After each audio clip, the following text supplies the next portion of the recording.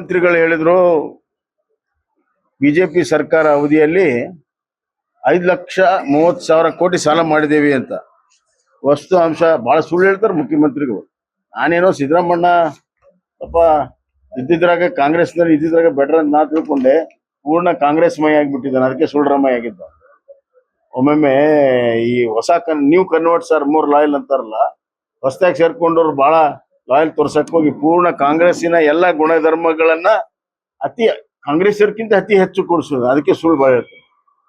ಸಿದ್ದರಾಮಯ್ಯ ಅವರ ಕಾಲದಲ್ಲಿ ಅವ್ರು 2013 ಇದ್ರು, ಆಮೇಲೆ 2023-24 ಬಂದ್ರು, 2013 2018 2023 ಈ 2026-27 ಅವ್ರ ಕಾಲದಲ್ಲಿ 5,55,575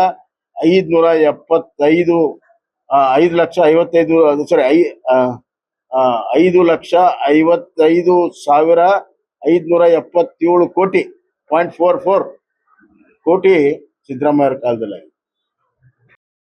ಕೃಷ್ಣಾ ಬಿ ಸ್ಕೀಮ್ ಮಾಡಕ್ಕೆ ಬರೋದಿಲ್ಲ ಅಂದ್ರು. ಈಗ ಅವ್ರು ಯಲಬುರ್ಗಕ್ಕೆ ಇವತ್ತು ಕೆರೆಗೆ ನೀರು ತುಂಬಿಸಿದೀವಿ ನಾವು. ಬೊಮ್ಮಾಯಿ ಅವ್ರು ಸುಳ್ಳು ಹೇಳ್ತಾರೆ, ಇದು ಆಗೋದಿಲ್ಲ ಅಂದ್ರು. ಅವ್ರ ಕೆರೆ ನೀರು ತುಂಬಿಸಿದ್ ಅವರ ಉದ್ಘಾಟನೆ ಮಾಡಿದ್ರು.